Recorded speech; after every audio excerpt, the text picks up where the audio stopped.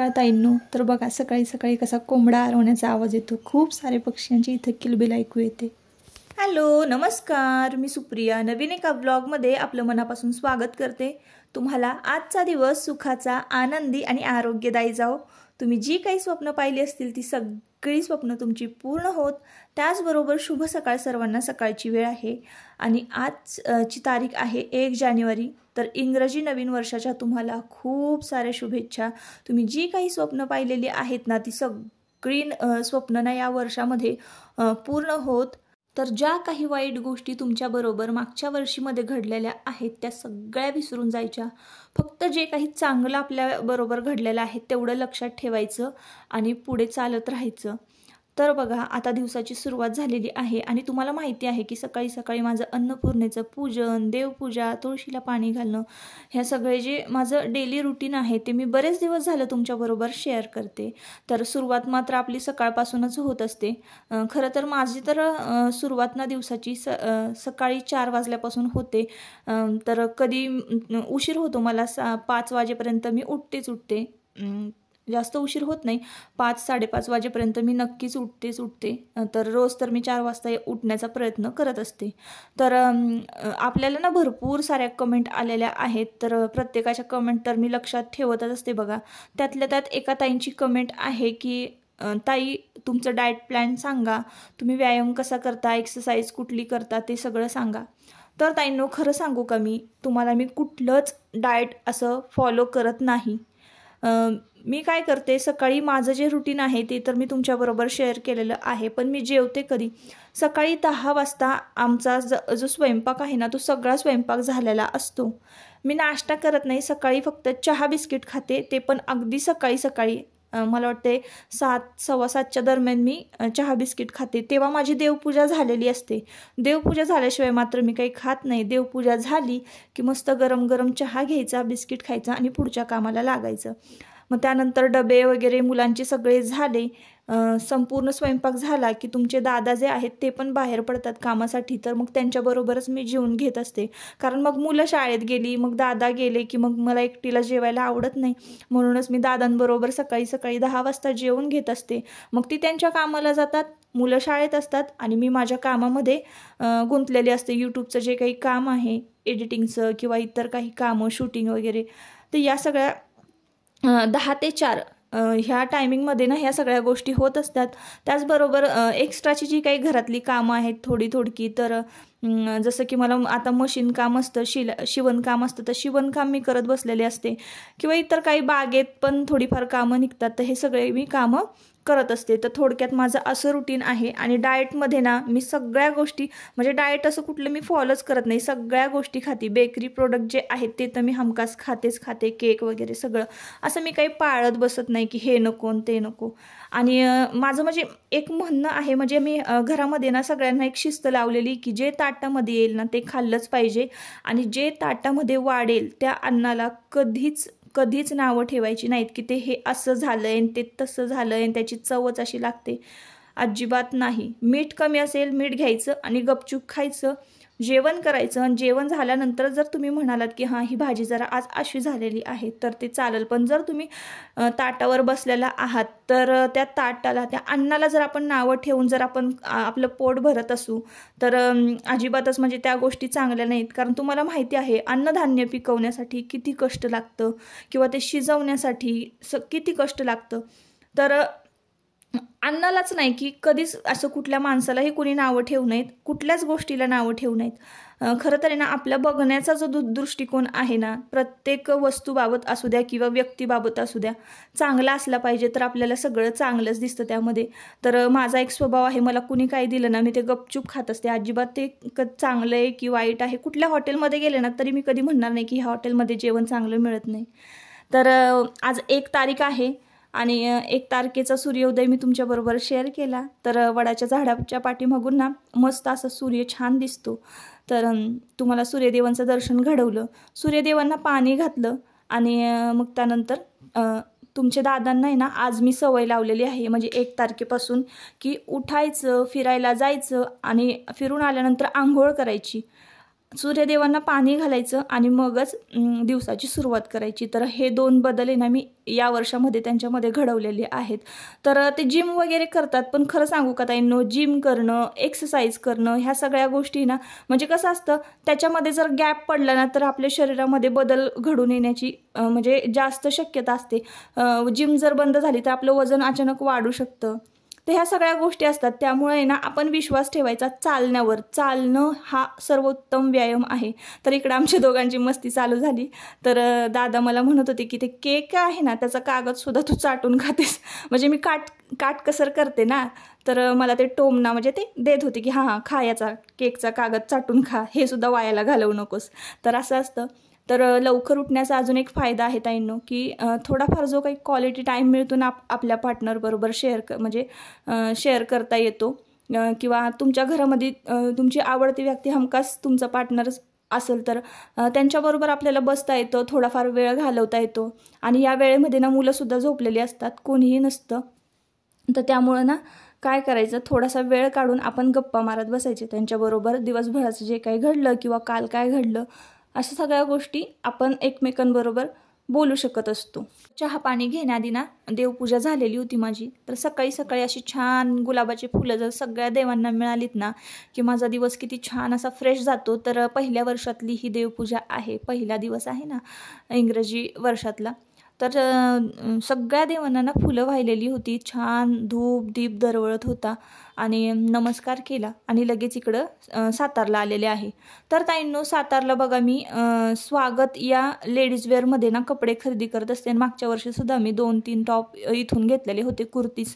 तर त्याची क्वालिटी एकदम मस्त लागलेली आहे आणि कितीही दिवस ते घातले ना की लवकर म्हणजे असे जुने होत नाहीत ते कपडे. कलर आणि क्वालिटी त्याची 1 नंबर आहे. त्यामुळे ना मी पुन्हा एकदा इथंच खरेदी करण्यासाठी आलेले आहे.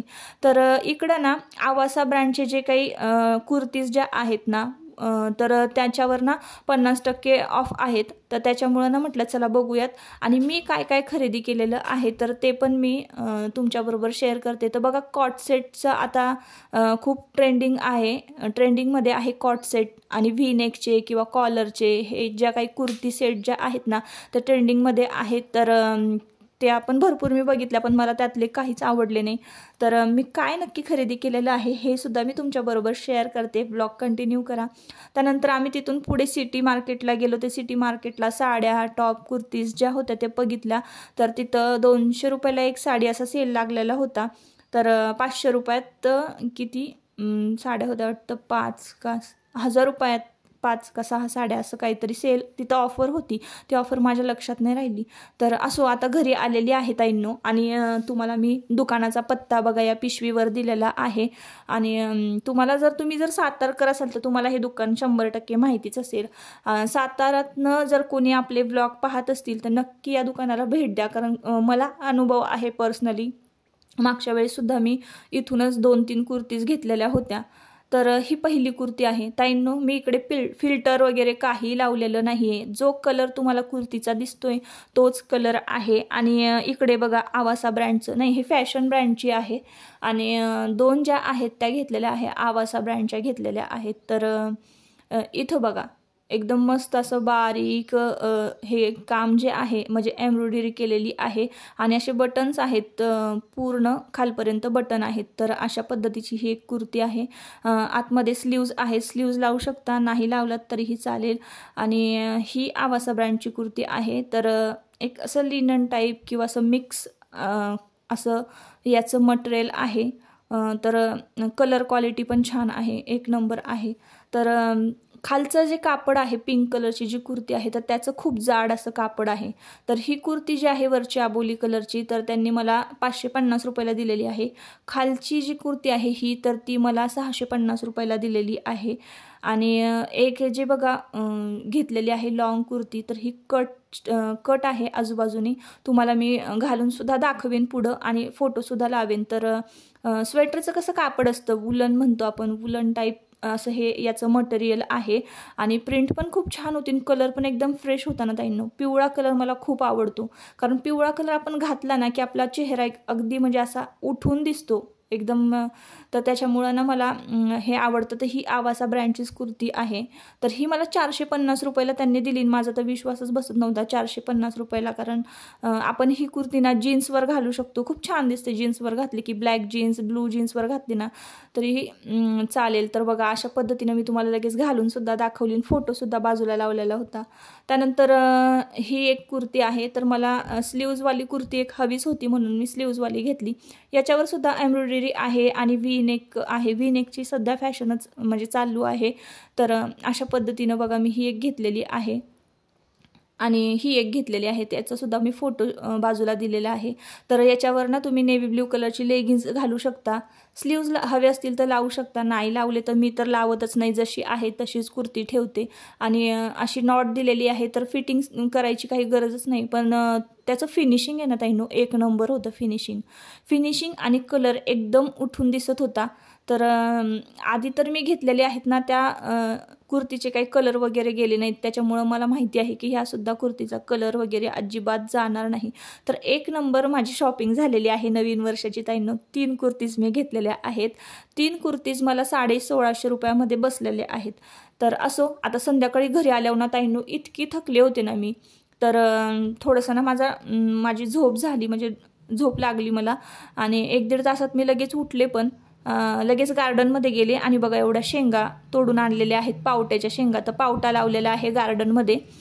तर भरपूर शेंगा मिळाल्या. तर म्हटलं चला याचा ना ताज्या पावट्यांच्या शेंगाचा मस्तपैकी मसाले भात करूया. तर आज नवीन वर्षाचा पहिला दिवस, तर काहीतरी गोड झालंच पाहिजे, काहीतरी पारंपरिक पदार्थ तर केलाच पाहिजे. तर झटपट मी तर लगेच पुरणपोळी नाही करू शकत ताईंनो. खूप विचार केला, तर म्हटलं चला मस्तपैकी काहीतरी गोड पदार्थ करूयात. तर ठरवलेलं आहे आज गुलगुले करायचे. तर गुलगुल्याचं पीठ मी तर भिजत घालते. तर मला तर वाटते सगळ्यांनाच माहिती असेल गुलगुले म्हणजे काय. तर गुलगुले म्हणजे गुळाचा पदार्थ आहे. गव्हाचं पीठ, बेसन पीठ आणि गूळ ह्या 3 पदार्थांपासून हा पदार्थ केला जातो. खूप भारी होतो ताईंनो. तर तुम्ही ना हा पदार्थ गुळवणीबरोबर खाऊ शकता, हे दुधाबरोबर सुद्धा खाऊ शकता.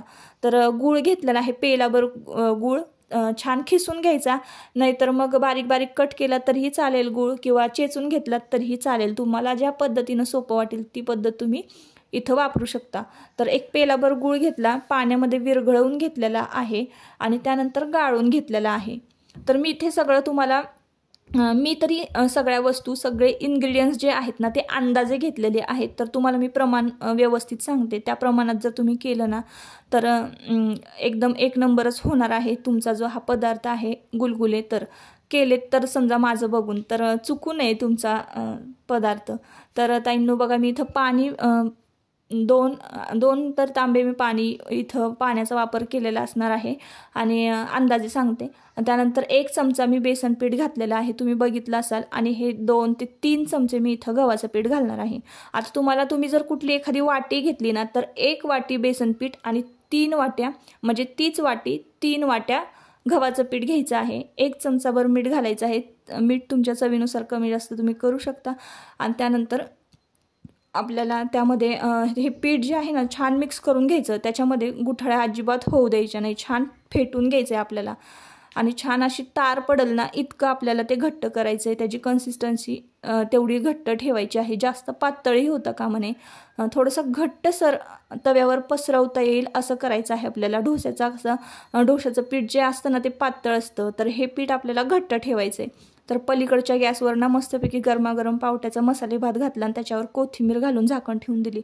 एक नंबर लागतो ताईंनो. तर येतं बघा जायफळ, वेलची पूड, त्यानंतर सुंठ पावडर, बडीशेपची पावडर, ह्या सगळ्या गोष्टी ना ह्या पिठामध्ये मिक्स करायच्या.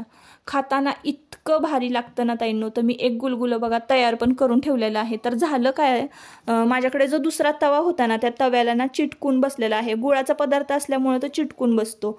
तर तुम्ही इथं नॉनस्टिक पॅन जरी वापरलात ना तरीही चालेल. तर मी तर तव्यावरच घालते बघा. तो अशा पद्धतीनं आमचा तवा आहे ना काळा झालेला आहे. तर त्या तव्याला आहे ना भरपूर असं चपचपून तेल लावायचं आणि ज्याप्रमाणे आपण काय करतो डोसा पसरवतो त्याचप्रमाणे आपल्याला हा गुलगुला आहे ना पसरवून घ्यायचा आहे तव्यावर. तर एका बाजूला मी दूध तापत ठेवलेलं आहे. तर गुलगुले कसे मुळातच गोड असतात, त्याच्यामुळे मी दुधामध्ये काही साखर वगैरे घालत नाही. तर ज्यांना गोड खायला आवडतं ना तर ते गुळवणीसोबत सुद्धा खाऊ शकतात. इकडे वासाने ना दादांच्या पोटामध्ये कावळे ओरडायला लागलेले आहेत, त्यांना भूक लागलेली आहे. तर पटकन कर असं त्यांचं चाललेलं आहे. तर आता ना काय करते, पेला घ्यायचा एक, आणि एका पेल्यानं ना छान मिश्रण जे आहे ना तर तव्यावर पसरवून घ्यायचं. ज्या पद्धतीनं आपण डोसा पसरवतो त्या पद्धतीनं. पण डोसे पातळ असतात आणि गुलगुले थोडेसे असे जाड असतात, म्हणजे खूपही जाड नाही, अगदी चपातीसारखे. तर तुम्ही पाहिलं असाल बघा, अलटी पलटी करून छान भाजून घेतलेलं आहे. आजूबाजूने तेल सोडायचं भाजताना, म्हणजे पटकन तो गुलगुला आहे ना आपल्याला उलटता येतो. तर अशा पद्धतीनं असा पारंपरिक पदार्थ आपण तयार केलेला आहे आज वर्षाचा पहिला दिवस. आणि इथं दुधाच्या वाट्या घेऊन सगळे तयारच आहेत गुलगुले खाण्यासाठी. म्हणजे वाटच बघत होते मी, कधी करून आणते आणि आम्ही कधी खातोय. तर इथे देवाला नैवेद्य दाखवलेला आहे. तर इतकं छान मस्त मऊ मऊ झालेला होता. तर ताईंनो बघा, इकडे ना मी दुसऱ्या दिवशीच्या पूजेसाठी ना अशा मातीचं भांडं आहे माझ्याकडे, असं कासवाचं. तर त्याच्यामध्ये पाणी भरून फुलं ठेवते. मस्तपैकी सकाळपर्यंत फ्रेश राहतात, ताजी राहतात फुलं. तर मस्तपैकी पावट्याचा गरमागरम भात, गुलगुले आणि दूध, अशी होती आजची डिश, आजची थाळी अशी होती. तर आजची थाळी जर तुम्हाला आवडली असेल आणि आजचा व्हिडिओ जर तुम्हाला आवडला असेल ना ताईंनो, आपल्या व्हिडिओला एक लाईक करा आणि चॅनलला सबस्क्राईब करा. परत आपण पुन्हा भेटूया नवीन एका व्हिडिओमध्ये. तोपर्यंत स्वतःची काळजी घ्या आणि मस्त राहा आणि मस्तपैकी गरमागरम गुलगुले खायला या. Bye bye. तर मी तुम्हाला इथं तोडून दाखवते की बघा किती सॉफ्ट आणि मऊ मऊ झालेले आहेत. दुधामध्ये बुडवले ना तर एकदम एक नंबर छान लागते ताईंनो चव. आणि बडीशेपच्या पूड किंवा सुंठाची पूड घातली ना तर अजूनच छान चवदार होतात. असो, बाय बाय.